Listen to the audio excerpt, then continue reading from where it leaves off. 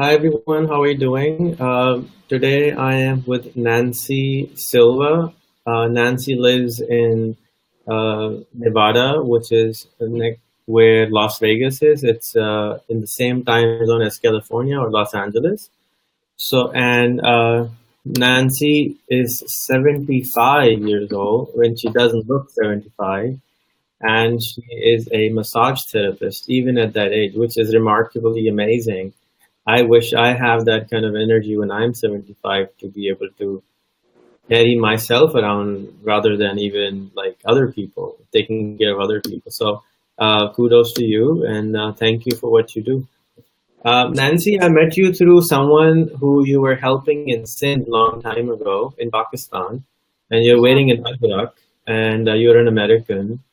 Very yes. interesting combination. Tell us more about you. Who are you? What got you into walk us through your journey of life a little bit.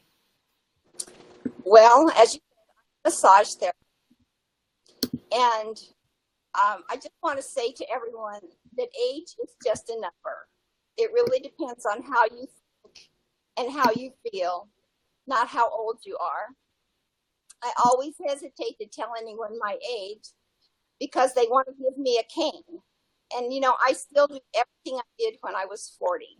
So really, age is just a number. And I first um, got connected with Pakistan through the organization Sindh Youth Network. Akhtar Sheikh is like a son. He's the head of the network.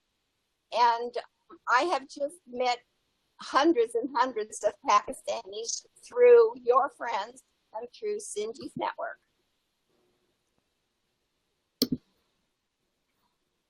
And do you want me to tell me more about myself? Yeah, of course. 75 Okay. years. You just finished it in 2 minutes. Okay, well, we don't have enough time for me to go through all of it, but I We spent don't have, we don't many have years 75 years, but we just do as have a 10. physical therapist and working in banking. And then when I was 54 years old, I had this idea that we could take dance and teach people to love one another through dance. We could teach restoration and reconciliation. And from I was a dancer, but I began to learn to dance. And for 13 years, we traveled dance troupe all over the world teaching reconciliation through dance. Because just like it's hard to hate somebody that you pray with, it's hard to hate somebody that you dance with. So it was wonderful. 13 years, and then my husband passed away, and I had to stay home and work and take care of the ranch, which I'm still doing. I love to travel. I love to be a part of different cultures. And actually, I started the reconciliation work with Native Americans, working on reconciliation through Native American tribes and Europeans that settled the land. So that was the 13 years of my journey.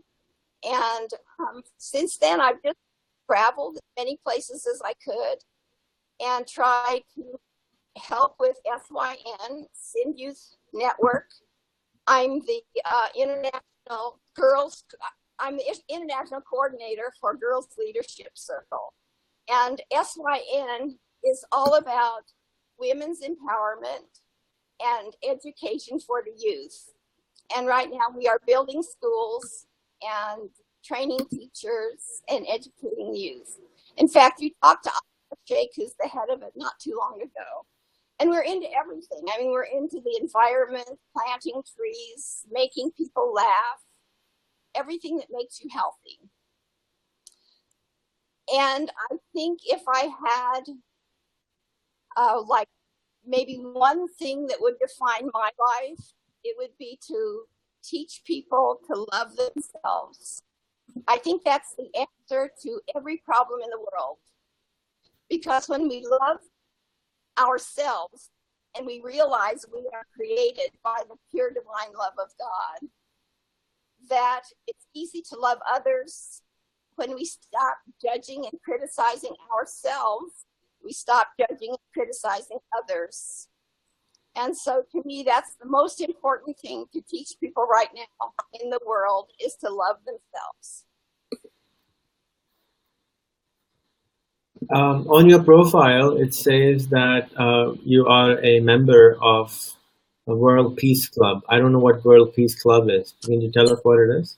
Well, I'm not even sure that that's still an organization. That's from a long time ago, but I am a member of many different peace organizations.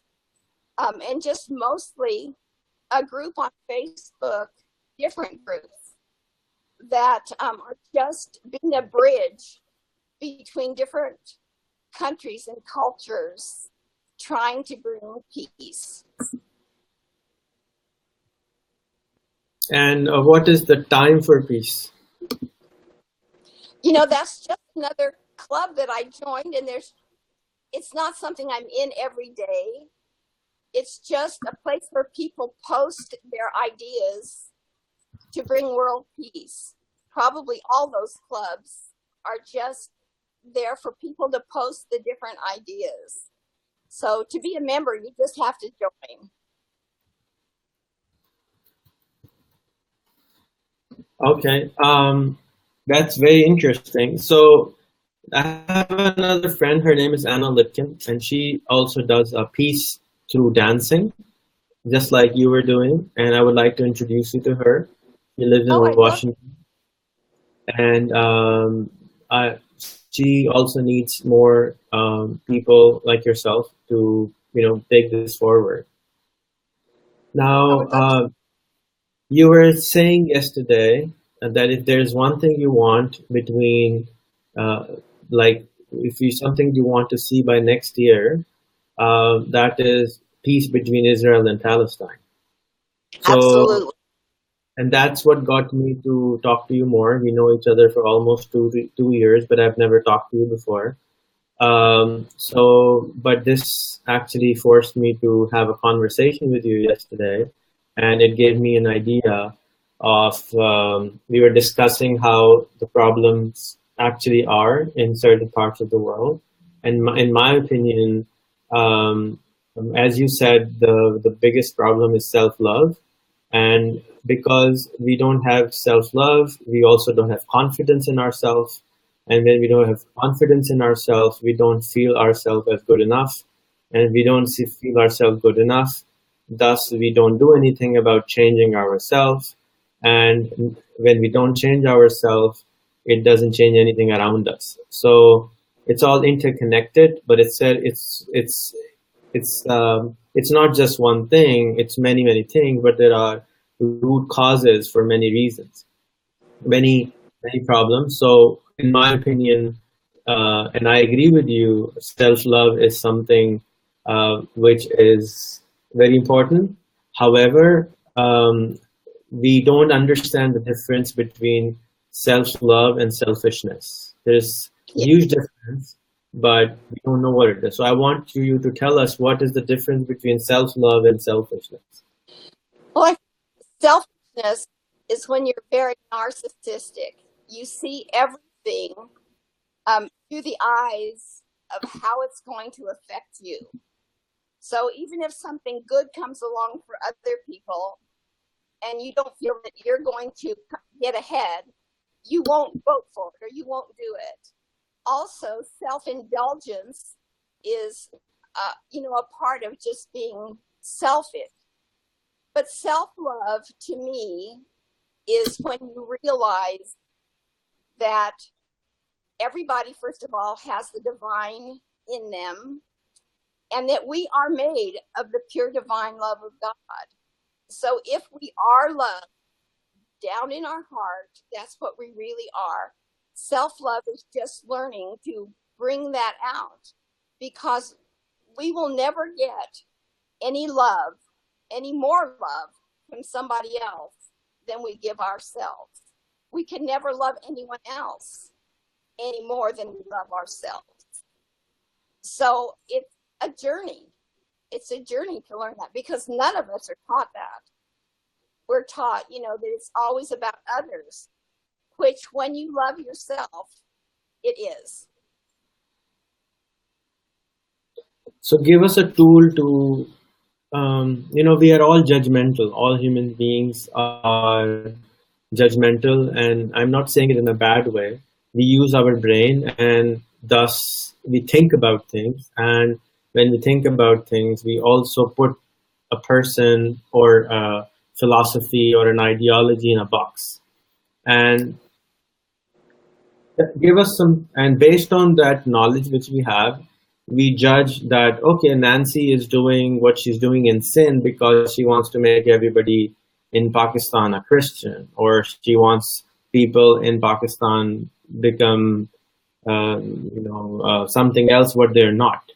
How do we help these people who are judgmental get some tools which allow them to not just judge, but actually be able to see through what is actually being told to them?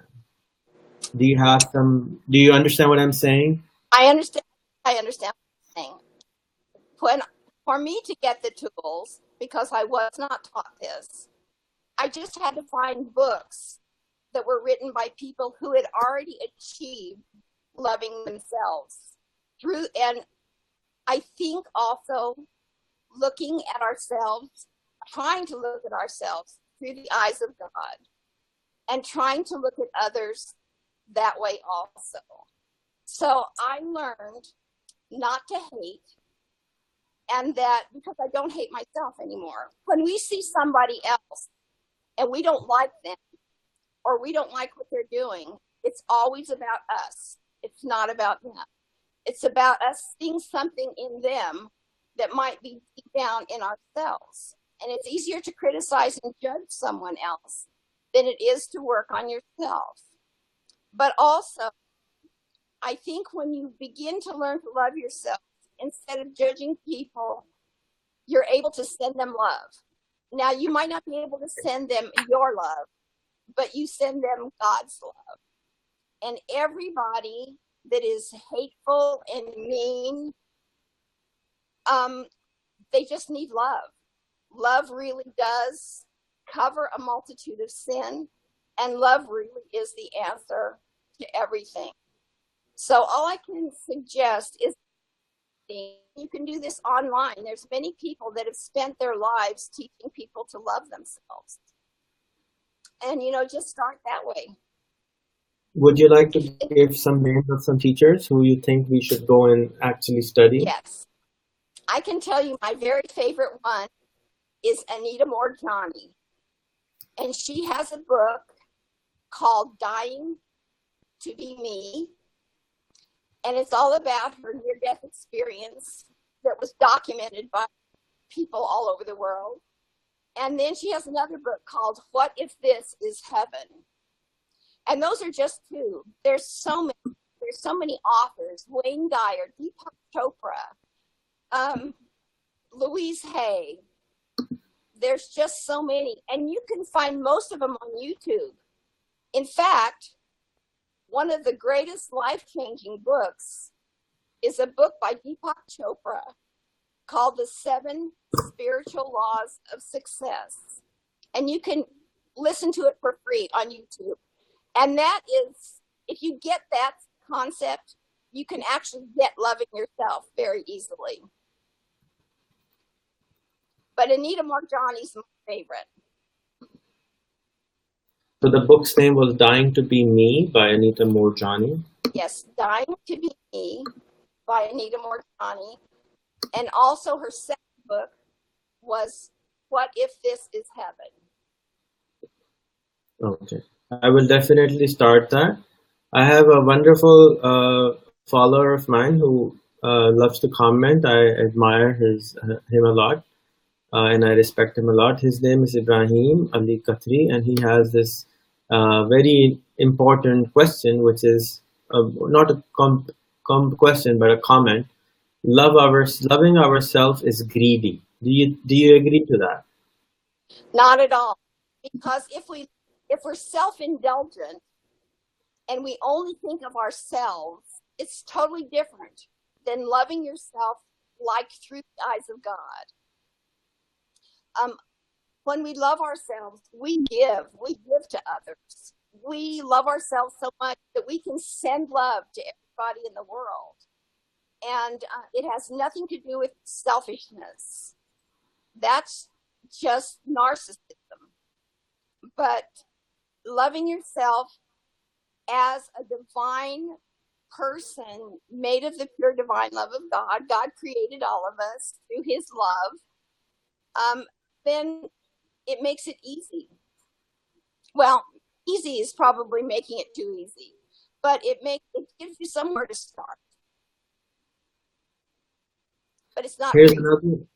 here's another very good comment by him. It says, people do bad things because of their own self-love. It's not because of their self-love that they do bad things. It's because of self-hate that they do bad things. People that love themselves don't judge or criticize themselves. And when you stop judging and criticizing yourself, you stop judging and criticizing others, because you realize that it's all about you as far as living the life you're supposed to live. It starts with you, and it's all about you. But I can see how people could get this confused, but they're two different things. I still think it's very confusing. I've been hearing these words and language for not for too long, because I only went into self-improvement work only a few years ago, and I have started hearing self-love. And when I started the word hearing even self-love, I'm like, no, that's selfishness. I don't want to love myself, and I still am unable to love myself as and who I am. I don't think at least that I love myself enough to do many things for myself. So, I try to follow, and I would definitely try to hear these books out which you have recommended. So maybe I can fix this in myself, and thus I can also help others if I can. Here's another very good question by Asif Henderson. You want to say something? Go ahead. I was just going to say that it is a journey. It's not easy at first because we aren't trained that way. Right. But when we see ourselves as a divine creation, we can begin to love the God inside of us. And then say, for a short time, I'm going to let God take care of the world, and I'm going to focus on myself, not in indulging myself in everything, but doing things that I love, bringing joy and happiness into my life, because that really does lift up the whole consciousness of the world. So it's not easy, but it's the most important thing there is, I believe, in my opinion. Thank you for your kind words. Coming back to your mission in life, or something which is big dream of yours, peace between Israel and Palestine. This is something which I have been looking into for many, many years now. As I was telling you yesterday, I did not know anyone from Palestine. I thought that I have been to protests for Palestinian people. I felt for Palestinian people, learning about Palestine, but I did not even know the difference between what is West Bank, where is Ramallah, what is actually the. So, and I'm not a big fan of third-hand information. I am a big fan on first-hand information. So I always try to get first-hand information. If I want to know more about Nancy, I prefer to know it from Nancy, or a book by Nancy, or a video by Nancy, rather than some person who talked to somebody who actually know Nancy, who wrote a book about Nancy, who have never met Nancy. So that's not something which I like, and that is what media and TV does to us. So I went and looked for a lot of people in Palestine. I started advertising in Palestine that, hi, my name is Rihan, I'm from Pakistan, or I'd like to be your friend. And same thing, I found a lot of people. I ended up having 5,000 people like my page. Similarly, I thought, okay, now I know some Palestinian people, but the biggest challenge, they did not want to be my friend. They they did not spoke good English or much English, but majority did not wanted to add me as a friend. And if they did add me as a friend, they did not wanted to speak because they did not feel good enough to speak in English. I'm not saying all of them are like that. I found maybe 10 people eventually who I actually know there, who I have talked with. And second, I found that they don't trust people because they live in a situation where it's very hard for them to trust. And then when I saw that, I also felt that the similar problems are in other parts of the world, wherever there's underdevelopment. The similar reasons are that people really don't respect themselves and don't have the trust in other people and in themselves. Therefore, they are not able to change their lives. And which brought me to this idea yesterday that, you know what, let's start to teach them English, because I think that's the fundamental of allowing them to look at something which is not Arabic. Because if they're reading only stuff which is in Arabic, just like everybody in America who is reading in English is not, and if he's reading translated content, translation is not really something good, because in translation you lose a lot of essence of the content which is being translated, especially if it's done by somebody who doesn't really understand the culture. So you bring something, translation it, you lose a lot of content. So which brought me to the idea of starting a show on Facebook on a daily basis where Palestinians can join in and actually learn English. And actually, at the same time, not just learn English, but when they will be able to make friends out of that teacher, and they will have confidence in that person because they're teaching and they're giving them some value. So I made a post yesterday, and I'm surprised that I got people from Washington, D.C., from Israel, from Pakistan, from India, from Kashmir, to offer their help to teach English in Palestine. It was amazing. I was surprised, and I'm very happily surprised that I got all these people to volunteer. So I think in a day or two, and I can tell you that I woke up in a very good mood today, and I was all excited about this because all this started to happen very, very quickly and just started to happen. I didn't have to do much for this. So I'm thankful for your inspiration, for your conversation yesterday, which we had, and so we could do this. Another thing which you want to add something to it, and then I can come up to the second one. Well, I would say that I think it's so important at this point for everyone to learn English, because it really has become the international language. Right. Very true. And second thing which I wanted to happen is that if you could start a show just like we're doing now, or which is a conversation basically, and you could toggle between, we just talk about life, and you as an American are in a perfect position to be in a neutral position to ask questions and to know about these people. So I have two shows which you can see on Facebook if you like. I'll send you the link. One is called Meet a Palestinian, another is called Meet an Israeli. And the idea here is that we have conversations with these people where we just talk with them and we just get to know them. We don't talk about religion. We don't talk about politics. We talk about them as human beings, as them, who they are, what they do, what their work is, how can we help them in their work, how can we help them make a better society. And we don't touch the religion and politics yet because these are very deep subjects and they spoil the friendship. And if you don't have a relationship with someone, you cannot talk about deep conversation. So that's the idea, and I'm hoping that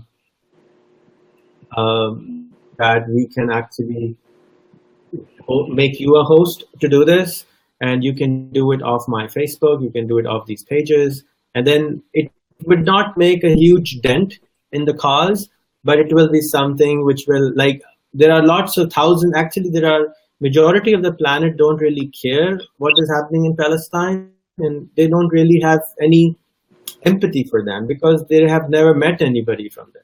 Of The moment course. the moment you actually meet someone and you actually get in touch with their heart, then everything changes. Well, one person can change the world. I really believe that. Why don't you tell your story how you did not like Muslims and all of a sudden everything changed? Okay. Well, this will tell you that one person can change the world, and people can change their beliefs instantaneously. So I was not raised to hate, but as I got older and started traveling to Israel, and I am a Jew, I really loved Israel, and I was very right wing, and I didn't have much use for Palestinians, or I will have to say Arabs or Muslims as a whole.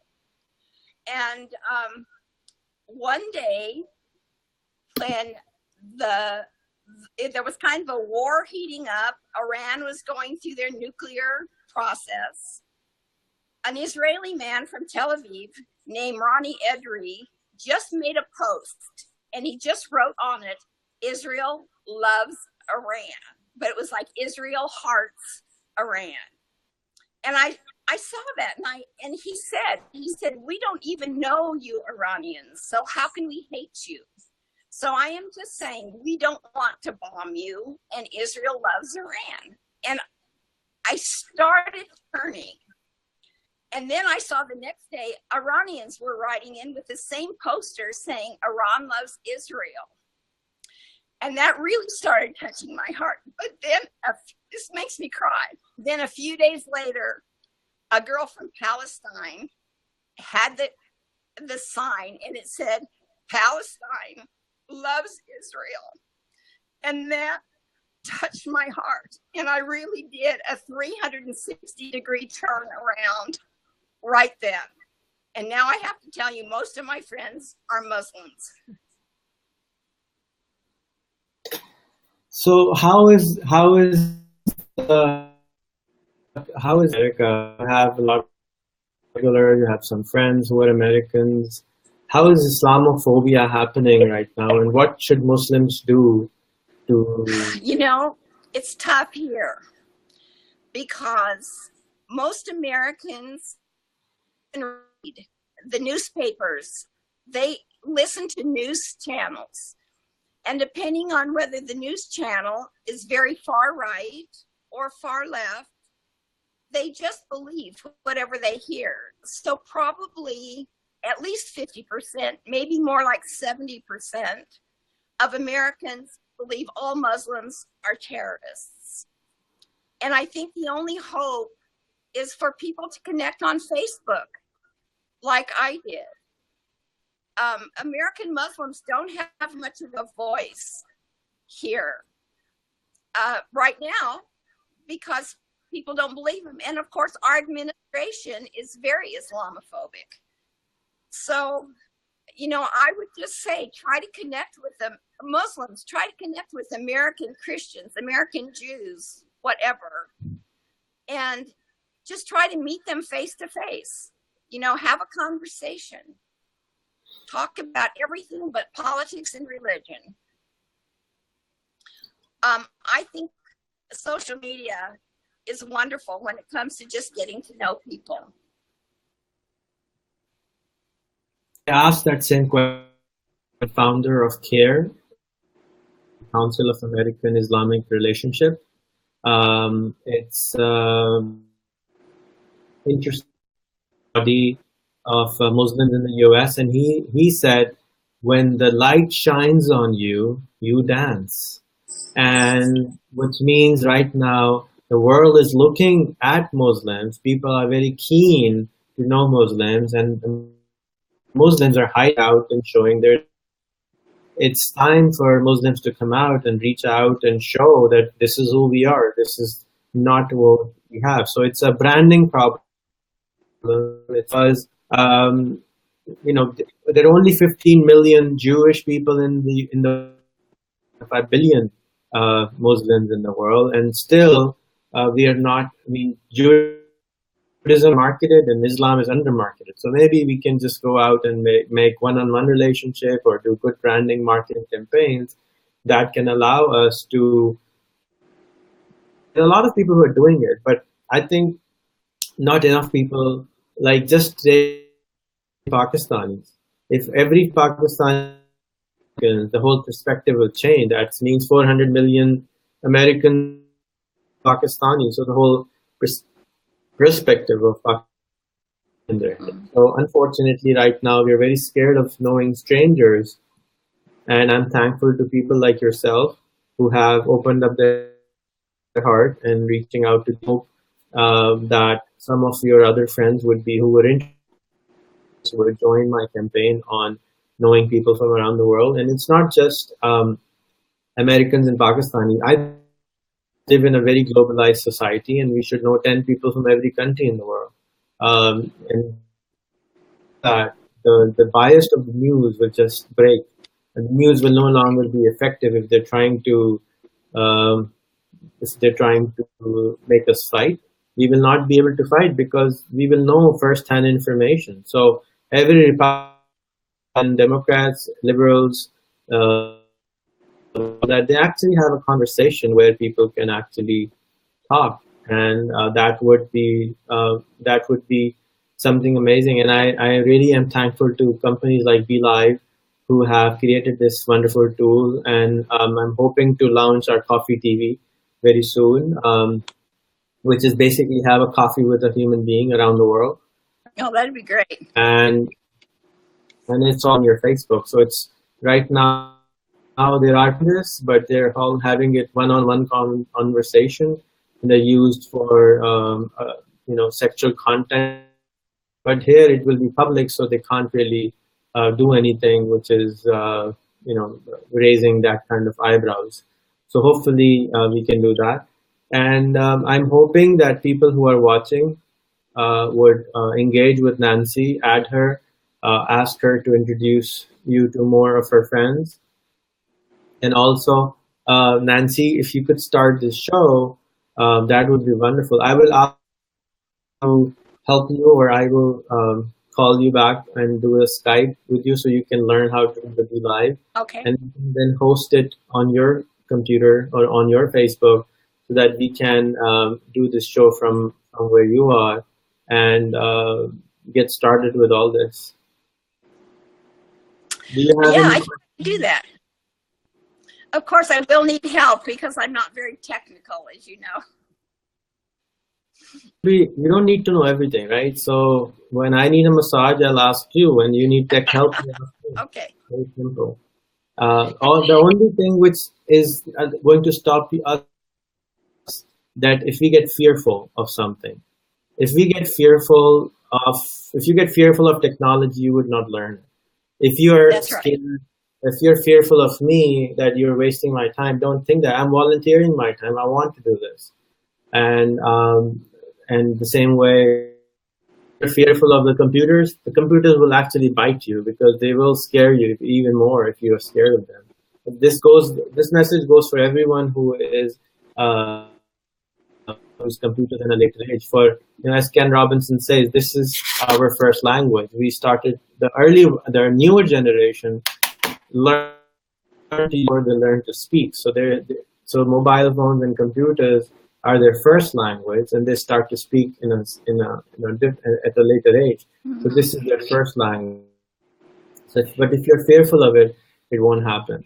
I want to acknowledge the people who are watching and ask the questions here, especially Ibrahim Khatri. Thank you always for watching all my videos and really lovely comments.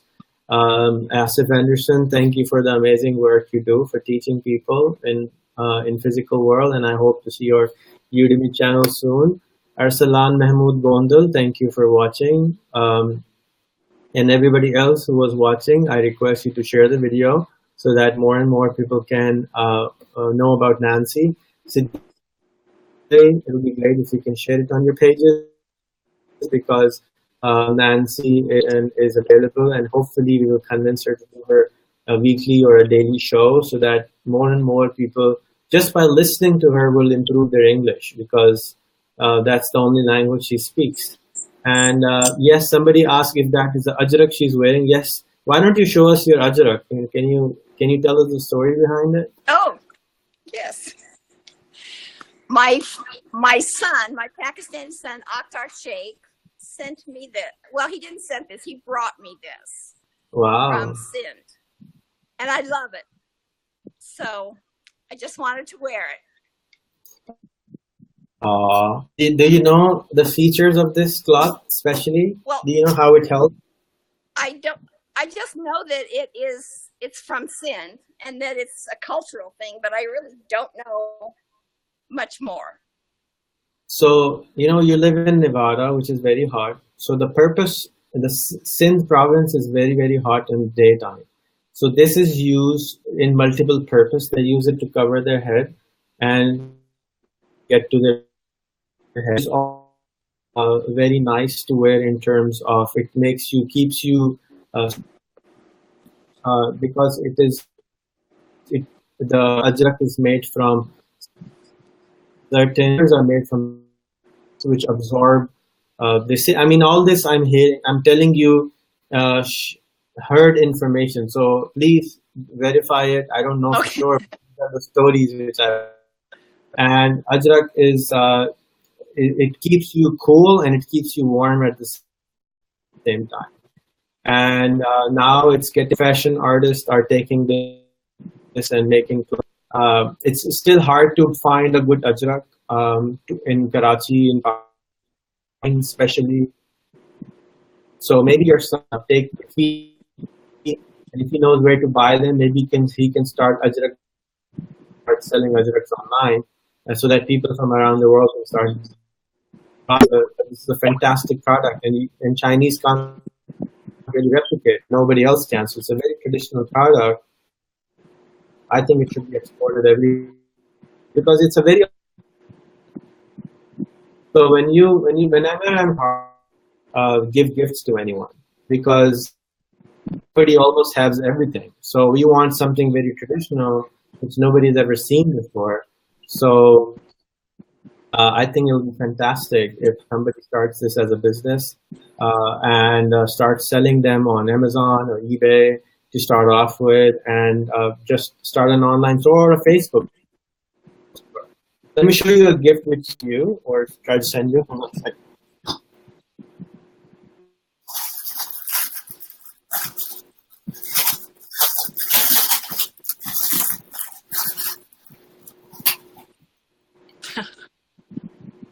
So these are small little shoes.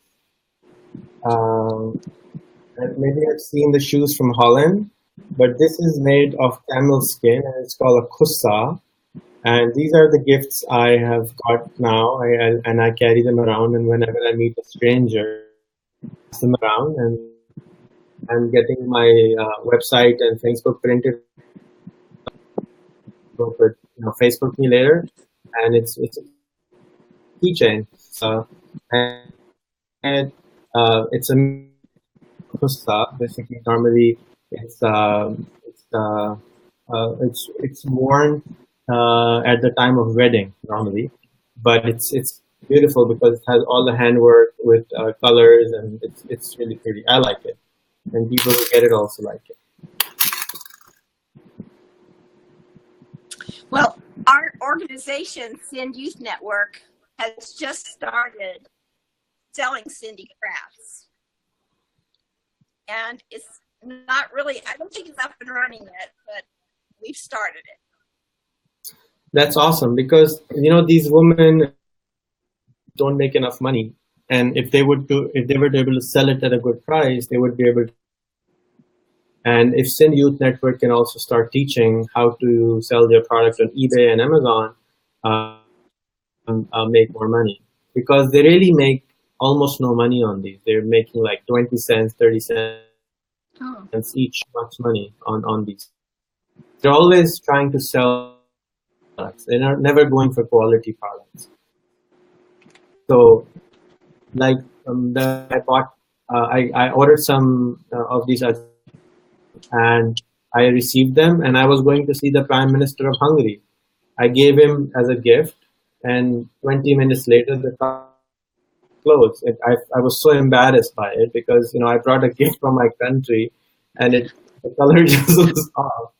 It was very Yeah. embarrassing.